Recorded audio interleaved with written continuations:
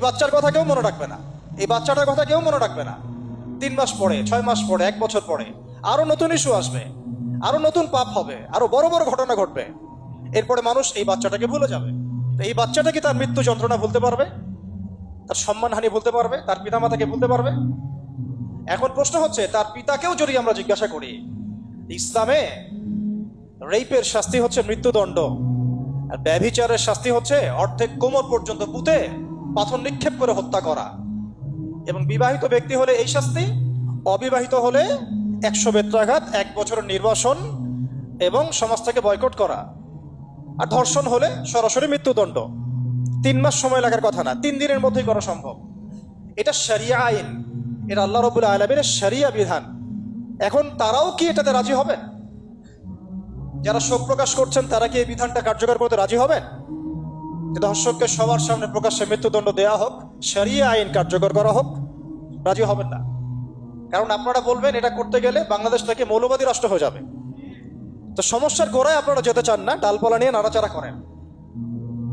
জেনা ফ্রি মিক্সিংটাকে উন্মুক্ত করে দেয়া হলো, ছেলে মেয়ের অবাধ বিচরণটাকে উন্মুক্ত করে দেয়া হচ্ছে। একটা চরম ক্ষুধার্ত মানুষদের সামনে যদি আপনি খাবারকে উন্মুক্ত করে রাখেন, এরপরে যদি কেউ জোর করে খাবার খেয়েও ফেলে, শুধু কি আপনি খাদকের দোষ দিবেন? পুরো সিস্টেমটাই দায়ী, পুরো সিস্টেমটাই দায়ী এখানে। আপনি নারী পুরুষকে অবাধ মেলামেশা দিয়েছেন, ফ্রি মিক্সিংয়ে দিয়েছেন, একদম ছোটবেলা থেকেই, স্কুল লাইফ থেকে, কলেজ লাইফ থেকে, ইউনিভার্সিটি লাইফ থেকে, জব সেকশনে, এমনকি রাজনীতি করতে গেলেও কর্পোরেট সেকশনে, ব্যবসায়িক সেকশনে, অফিস আদালতে, সব জায়গায় ফ্রি মিক্সিংকে অবাধভাবে আপনি উন্মুক্ত করে দিয়েছেন, আমরা উন্মুক্ত করে দিয়েছি। এর উপরে ছড়িয়ে দিয়েছি পর্নোগ্রাফি। পর্নোগ্রাফি সবার ফোনে ফোনে। পর্নোগ্রাফি দেখতে থাকলে একটা মানুষ বাচ্চাকে না, কয়েকদিন পরে পশুর সাথেও জেনা করতে পারে। যদি সামনে দেখেন যে মানুষ পশুর সাথে জেনা করেছে, আপনারা অবাক হতে পারেন, আমি অবাক হব না। কারণ পর্নোগ্রাফি মানুষকে পশুর সাথেও জেনা করতে শেখাবে। বাচ্চা তো কিছুই না। এর উপর আছে বিবাহ বহির্ভূত সম্পর্ক, ব্যভিচার, জিনা, ফ্রি মিক্সিং, ভ্যালেন্টাইন্স ডে মতো দিবসগুলো পালন করে ছেলে মেয়ের অবাধ মেলামেশা। আর এই জেনাগুলোকে আমরা বলছি গাছে আসার গল্প, যেখানে ওর উপরে 100 বেত্রাঘাতের শাস্তি অলরেডি মজুদ হয়ে গেছে।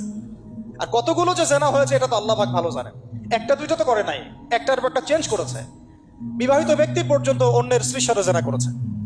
আর এটা তো ধর্ম তো অনেক বড় বিষয়, ধর্ম তো অনেক বড় বিষয়। এটা তো একটা মানবতা বিরোধী অপরাধ, এটা তো একটা মানবতা বিরোধী অপরাধ। এখন সমস্যা কি এক কেন্দ্রিক? এটা বহুমুখী সমস্যা। ফ্রি মিক্সিং রেখেছেন, পর্ন চালু করে দিয়ে